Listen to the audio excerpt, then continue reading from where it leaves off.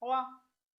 Vamos dar continuidade à nossa aula sobre interpretação dos sonhos, capítulos 6 e 7. Vamos aqui agora acompanhar o material didático face às explicações iniciais que nós demos no quadro. Capítulo 6. O trabalho do sonho. O sonho é uma descarga do sistema primário quando esse tem acesso às energias de investimento do eu. Processo primário, ele tem acesso via deslocamento e condensação e chega até o processo secundário, até a consciência. Ele tem uma característica que ele não tem acesso à motilidade, mas ele consegue chegar até lá. Algumas características do processo onírico são: os sonhos são desprovidos de descarga motora. Eles têm acesso à consciência, mas não à motilidade. As conexões dos sonhos não servem a nenhum parâmetro lógico. Por quê? Eles sofrem processo de deslocamento e condensação, que não tem parâmetro lógico. A lógica, causa, efeito e temporalidade pertencem à consciência, ao processo secundário, e não ao processo primário. As ideias oníricas são de caráter alucinatório.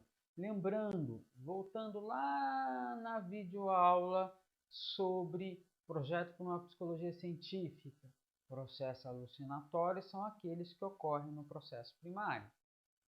Eles não têm um caráter de realidade, eles têm um caráter alucinatório, ou seja, eles não têm uma descarga efetiva motora. Os sonhos são a realização de um desejo. O sonho é a realização de um desejo, esse desejo reprimido aqui. Lembrando que este desejo reprimido nós vamos estudar com bastante calma, com bastante detalhe, nos 3 ensaios da sexualidade. A lembrança dos sonhos é fraca. Por que ela é fraca? Porque a censura, logo depois que a gente sonha, ela ganha mais força e tenta jogar, inclusive, os resquícios do sonho para a repressão. Ela tenta reprimir a lembrança do sonho. Nessa hora, a consciência não está presa ao eu. O que quer dizer isso? A consciência ela vai dormir. Ela literalmente ela vai dormir. De forma que o processo primário, esse desejo, consegue ter um acesso a uma parte da consciência. Qual é a parte que ela não tem acesso? A motilidade. Mas a censura ainda, mesmo dormindo, está ativa. Por isso que para ter o sonho existe o processo de deslocamento e condensação. Vocês vão observar que Freud, no seu trabalho, vai descrever vários processos que ocorrem no sonho. Mas a síntese é deslocamento e condensação. O Lacan vai chamar de metáfora e metonímia. Freud destaca 2 trabalhos principais executados nos processos oníricos dos sonhos: a condensação e o deslocamento. Condensação: a partir de um processo de catexia, uma ideia pode pegar carona em outra, dependendo dos seguintes fatores: a quantidade de associações possíveis entre a ideia representada e sua representação, que são aquelas cadeias de significados significantes, as catexias ou investimentos gerados por essa representação, deve-se ter energia suficiente para irromper a consciência, Ou seja, aquele motorzinho lá que a gente viu na psicologia científica, né? Aquela energia acumulada, ela deve ser suficiente para provocar esse deslocamento de condensação.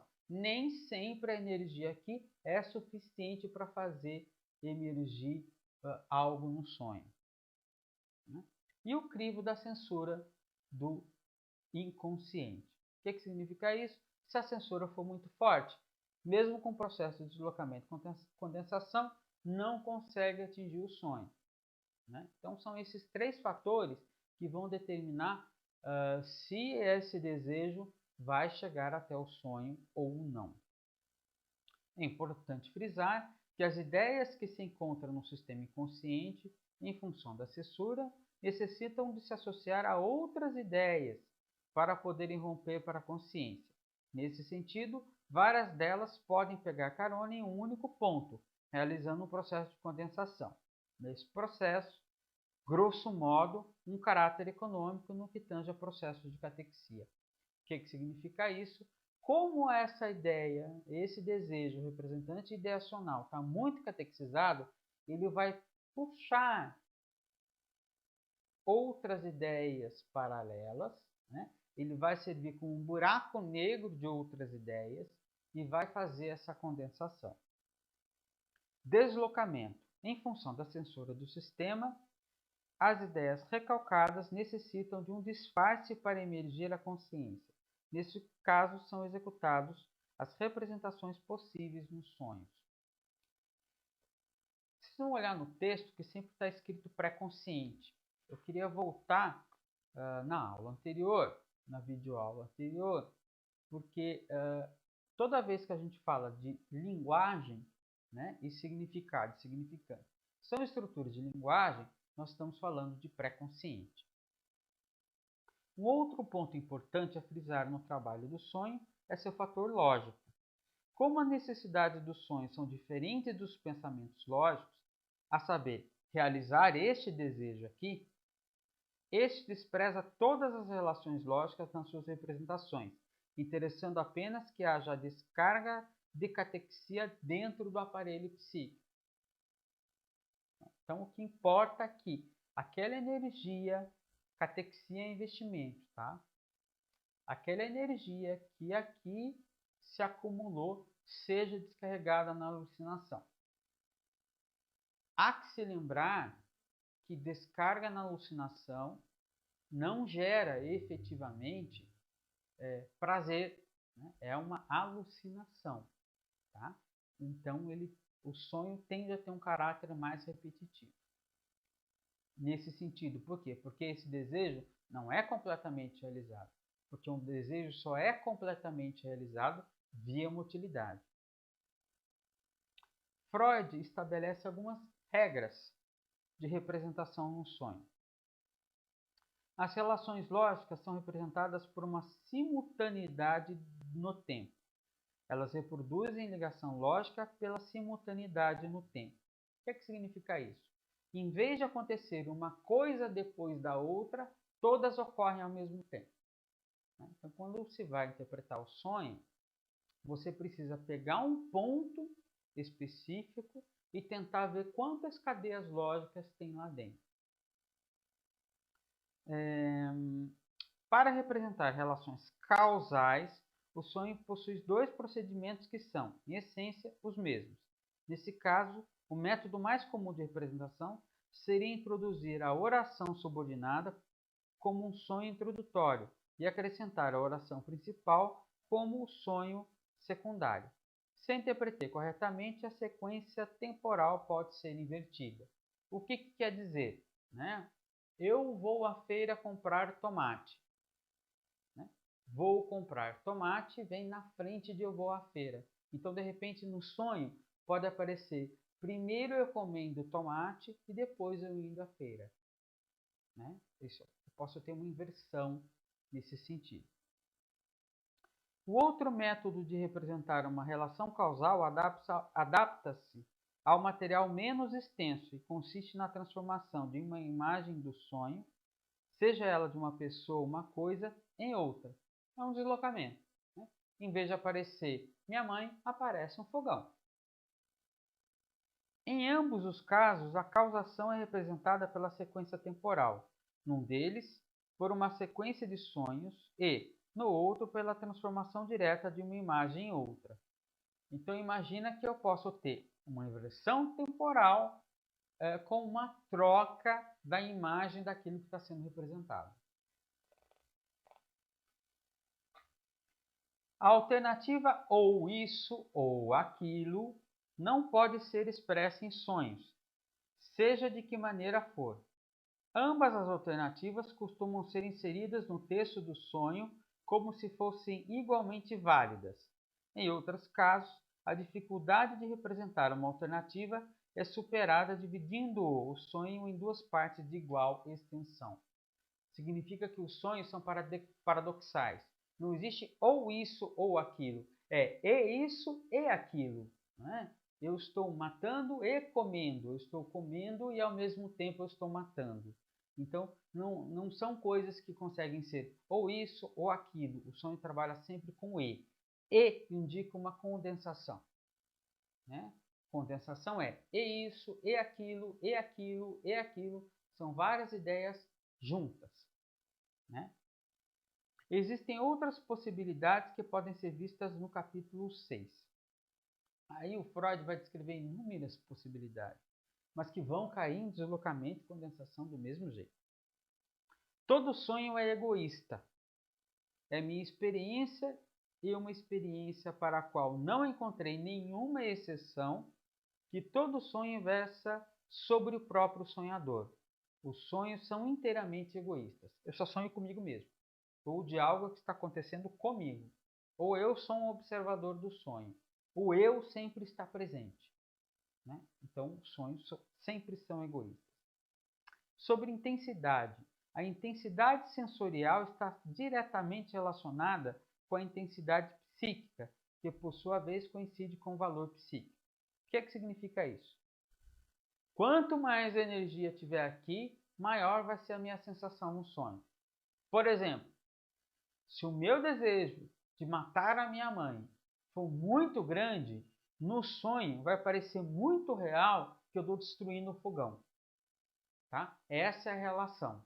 Né? A intensidade da catexia do investimento aqui vai ser igual à intensidade da minha experiência no sonho. A inibição de um movimento representa um conflito. Então, quando eu vou ou não vou, quero ou não quero, faço ou não faço, tem um conflito, né, nessa questão aí. Né?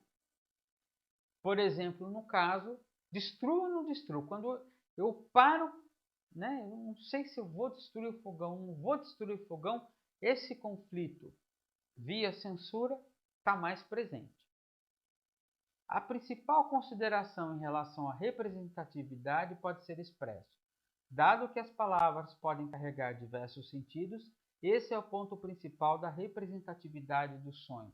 Ou seja, um sonho é formado a partir de estruturas de linguagem. Né? Isso Lacan vai pegar de uma forma e vai estudar de uma forma muito profunda. Né? A causalidade do sonho, os deslocamentos, condensações, só são possíveis a partir de estruturas de linguagem. Capítulo 7. A psicologia dos processos oníricos. O esquecimento do sonho. Esse fenômeno se deve ao fator de censura do pré-consciente. A partir desse pressuposto, dois elementos importantes devem ser levados em consideração. Estamos falando de censura. O grau de catexia dos pensamentos que são lembrados, tendo em vista que esses devem ser o de maior valor psíquico, ou seja, quanto mais energia aqui, mais eu vou conseguir lembrar, mas, paradoxalmente, quanto maior for a censura, menos eu vou conseguir lembrar. Né? Então, eu tenho aqui dois fatores que podem determinar se eu vou lembrar ou não do sonho. O que consegue escapar da censura, ou seja, as lembranças, são descargas do inconsciente e por isso devem ser analisadas. O que acabou ficando em segundo plano nos sonhos E mesmo que foi esquecido, assim se deu em função da censura, e também deve ser analisado, né? Mas com uma diferença, né? O que acabou passando pela censura é sinal de que não é, entre aspas, teoricamente, tão repressivo quanto aquilo que foi esquecido. Por isso, Freud vai dar uma recomendação de que aquilo que foi esquecido é aquilo que primeiro deve ser analisado. É porque a censura considerou mais perigoso. E aquilo que conseguiu passar foi o que a censura considerou menos perigoso.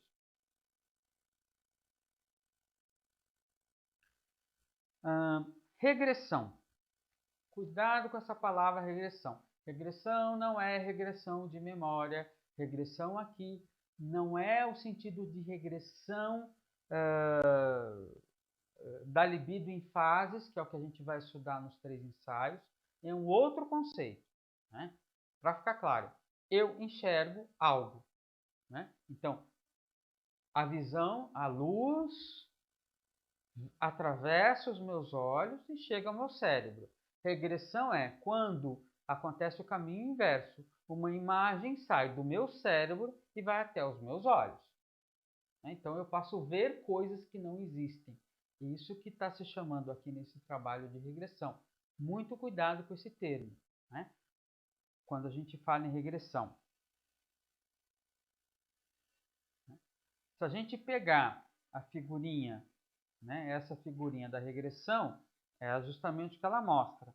Ela mostra que, na regressão, ao invés de vir dos olhos para o cérebro, a coisa, né, a informação vem do cérebro para os olhos.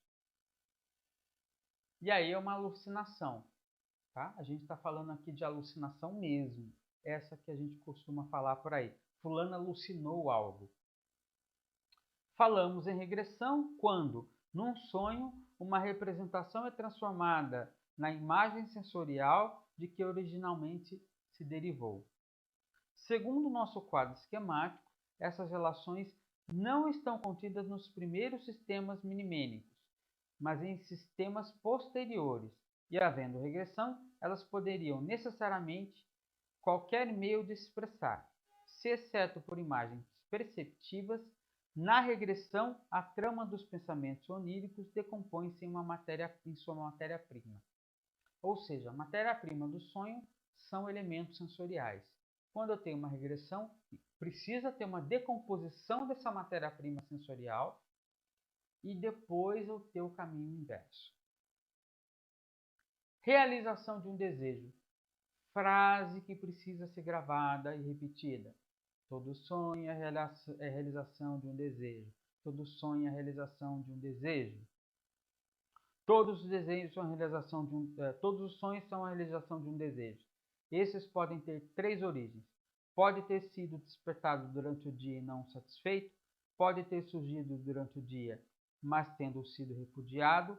Suprimidos pela psique. Esse é o principal ponto da psicanálise. E oriundos fisicamente durante o dia, durante a noite, aliás, como vontade de fazer xixi e fazer xixi durante o sonho.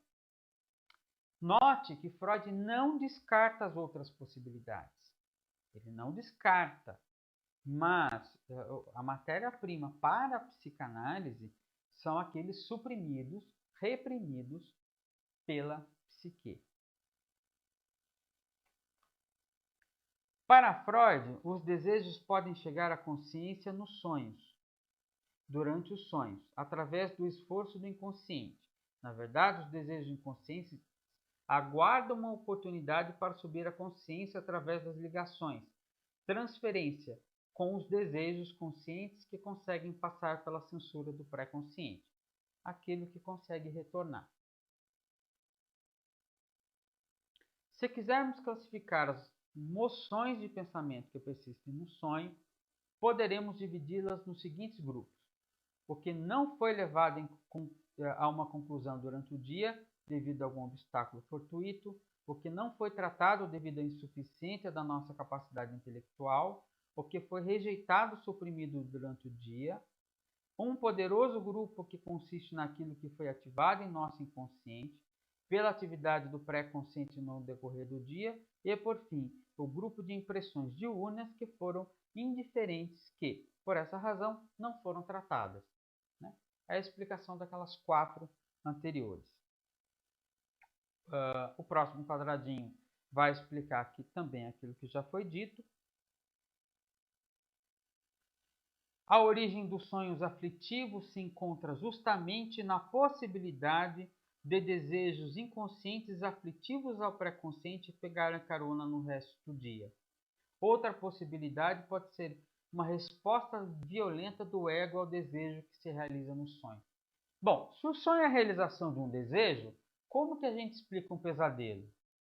Bom, se isso aqui foi reprimido e isso aqui consegue chegar aqui, quando a censura, né, ela nota que isso está acontecendo, o sonho se torna aflitivo. Né? Ele se torna um pesadelo. Ele não é um pesadelo em si, ele é um pesadelo porque a censura percebe o que está acontecendo. Ela acorda, opa, estou sendo enganada. E aí eu tenho um sonho aflitivo. No trabalho do sonho, a intensidade psíquica é substituída pela intensidade sensorial. A gente já viu isso. Freud chama o processo das representações inconscientes catexizar ideias pré-conscientes, encobrindo-se através dessa última de transferência. O processo de transferência pode ou não alterar a representação pré-consciente. O que ele está dizendo aqui é o seguinte, né? O processo de representação daqui para lá é via deslocamento e condensação.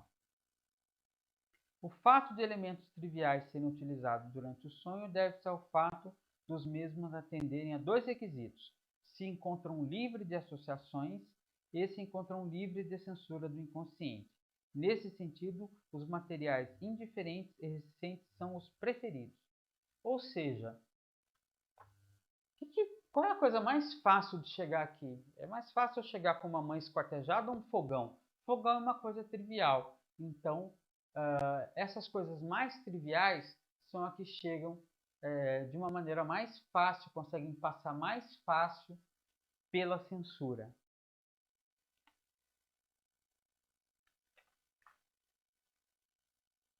Despertar pelos sonhos. A função dos sonhos e sonhos de angústia. O sonho de angústia é quando a censura percebe esse disfarce. Quando é que ele desperta? Quando ele tem certeza do disfarce. Né? Quando ele tem certeza do que está acontecendo, que está sendo enganado, ele desperta. Os resultados possíveis do processo excitatório do inconsciente podem ser: há, portanto, 2 resultados possíveis para cada processo excitatório. Ou bem ele fica por sua própria conta, caso em que acabe rompendo em algum ponto, e essa ocasião isolada encontra descarga para sua excitação na motilidade, ou cai sob a influência do pré-consciente e sua excitação. Em vez de ser descarregada, fica ligada pelo pré-consciente. Essa segunda alternativa é o que ocorre no processo do sonho. Bom, observem aqui que eu igualei sonho a sintoma. Tá? E faltou cortar o T. Vamos cortar o T. Ele igualou sonho a sintoma. Essa sacada genial, né? Por quê? Vamos pensar num processo psicossomático. Né? Freud está dizendo o seguinte: olha, este desejo houve num sonho, houve num sintoma. Logo, sintoma também é a realização de um desejo. Isso é genial, essa sacada de mestre. Né? Então, quando a gente está diante de um paciente que tem um sintoma, precisamos entender que esse sintoma é a realização de um desejo. Interpretar um sintoma é interpretar um sonho. Olha que genialidade. Os processos primários e secundários, recalcamento. A partir de uma representação, ocorrem 3 fenômenos: uma cadeia de ideias catequizadas, desprezadas ou descatequizadas. Descatequizadas é aquele anti-investimento que a gente viu aqui.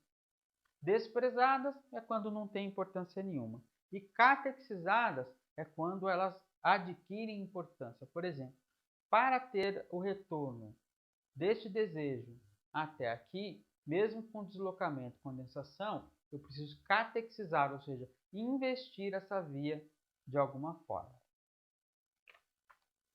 A partir da transferência que ocorre entre pré-consciente e inconsciente para Freud, essa transformação gera no pensamento não reconhecíveis como normais, como sendo uma condensação que gera uma intensificação psíquica de uma ideia, condensação, ou um deslocamento. Uma condensação incompleta que irrompe a consciência, isso se dá geralmente por meio de representações intermediárias. Exemplo, lapsos de memória. Ops, esqueci alguma coisa. Aí tem. Né? Tem todo lapso de fala ou de memória é a erupção de algum desejo, de alguma coisa, de alguma falha no sistema de simbolização. E essa falha é muito importante no trabalho analítico. Frouxas as relações entre as representações, exemplo, os xistes, e pensamentos mutuamente contraditórios que unem sem nenhum problema. Né? Então, toda vez que eu tenho uma falha de linguagem, eu falo uma coisa paradoxal, eu cometo um lapso de linguagem, aí se manifesta o inconsciente. Tá? Freud vai trabalhar muito isso na psicopatologia para a vida cotidiana. Nós não vamos estudar esse texto no curso, mas eu indico a sua leitura. É muito interessante. Tem uma paródia desse texto do Machado de Assis chamado O Alienista. Seria também interessante, é pequenininho, é muito divertido essa paródia do Machado de Assis sobre o texto freudiano.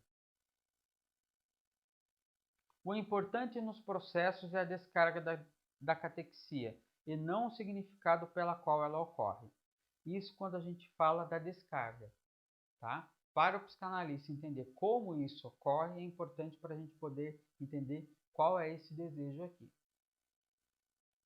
Para Freud, essas transferências e condensações aliadas às descargas geradas por ela são a causa tanto dos sonhos, via progressiva, quanto das anomalias do sistema psíquico, via regressiva. Lembrando que regressão é quando retorna do cérebro, por exemplo, para a minha visão. Eu passo a ter alucinações. Os desejos que não são aceitos pelo pré-consciente ou consciente são devolvidos para o inconsciente, sendo que esse processo se chama recalcamento ou repressão. Alguns comentários. Onde é que está a grande genialidade aqui? Ela está, meu fiozinho, ela se encontra aqui. Quando Freud descreve o mecanismo que gera o sonho, ele também descreve o mecanismo que gera o sintoma.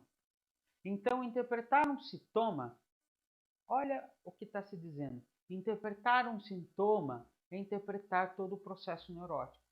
É entender todo o processo neurótico. Isso é uma sacada de médico.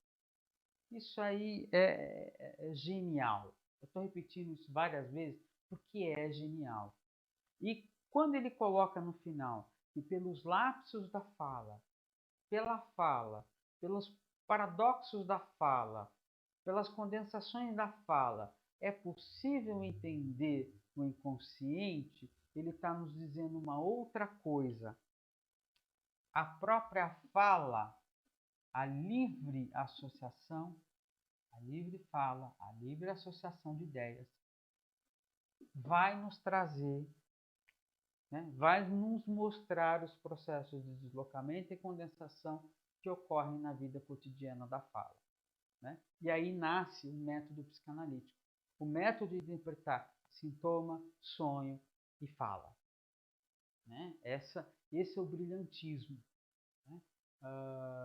Psicopatologia não é muito a nossa objetivo do nosso curso, mas a gente, por exemplo, nós podemos entender a histeria como a energia a realização desse desejo via motilidade. Então, ao invés de eu ter um sonho, eu tenho uma paralisia da perna, porque isso precisa ser descarregado de alguma forma, isso será descarregado. E essa paralisia na perna é a realização de um desejo, que pode ser interpretado, que pode ser entendido. O que é uma interpretação? É entender qual é essa cadeia de deslocamento e condensação que leva a esse sonho. Uma interpretação ela contém algumas particularidades. Ela diz qual é o sintoma, qual é o desejo, qual é a cadeia e a censura. Isso é que é muito legal na interpretação dos sonhos. Não se trata meramente de interpretações, se trata de estabelecer, propriamente dito, todas as bases para o método psicanalítico. Isso aqui não é o resultado de um estalo, mas sim já tem aqui 15 anos de trabalho. Aqui a gente está vendo 15 anos de trabalho, de tentativa e erro, como já foi colocado nos estudos sobre uma histeria. É um trabalho que versa sobre todos os casos que dão errado. Então, isso aqui é o resultado daquilo que foi aprendido com os erros.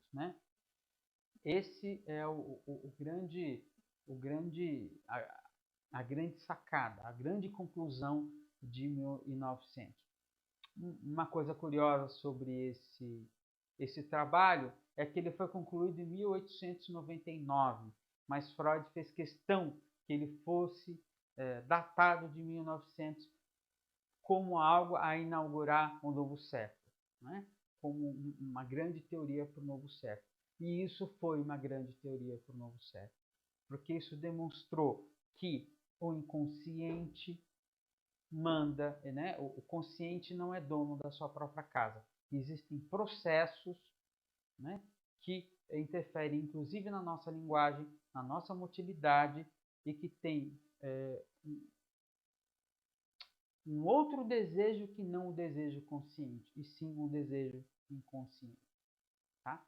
Na nossa próxima aula, que vai ser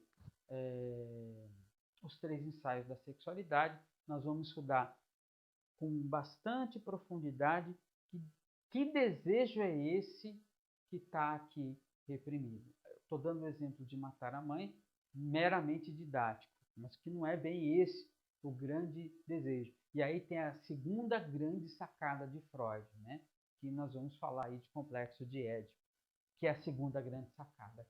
Tá? Muito obrigado e até a próxima videoaula.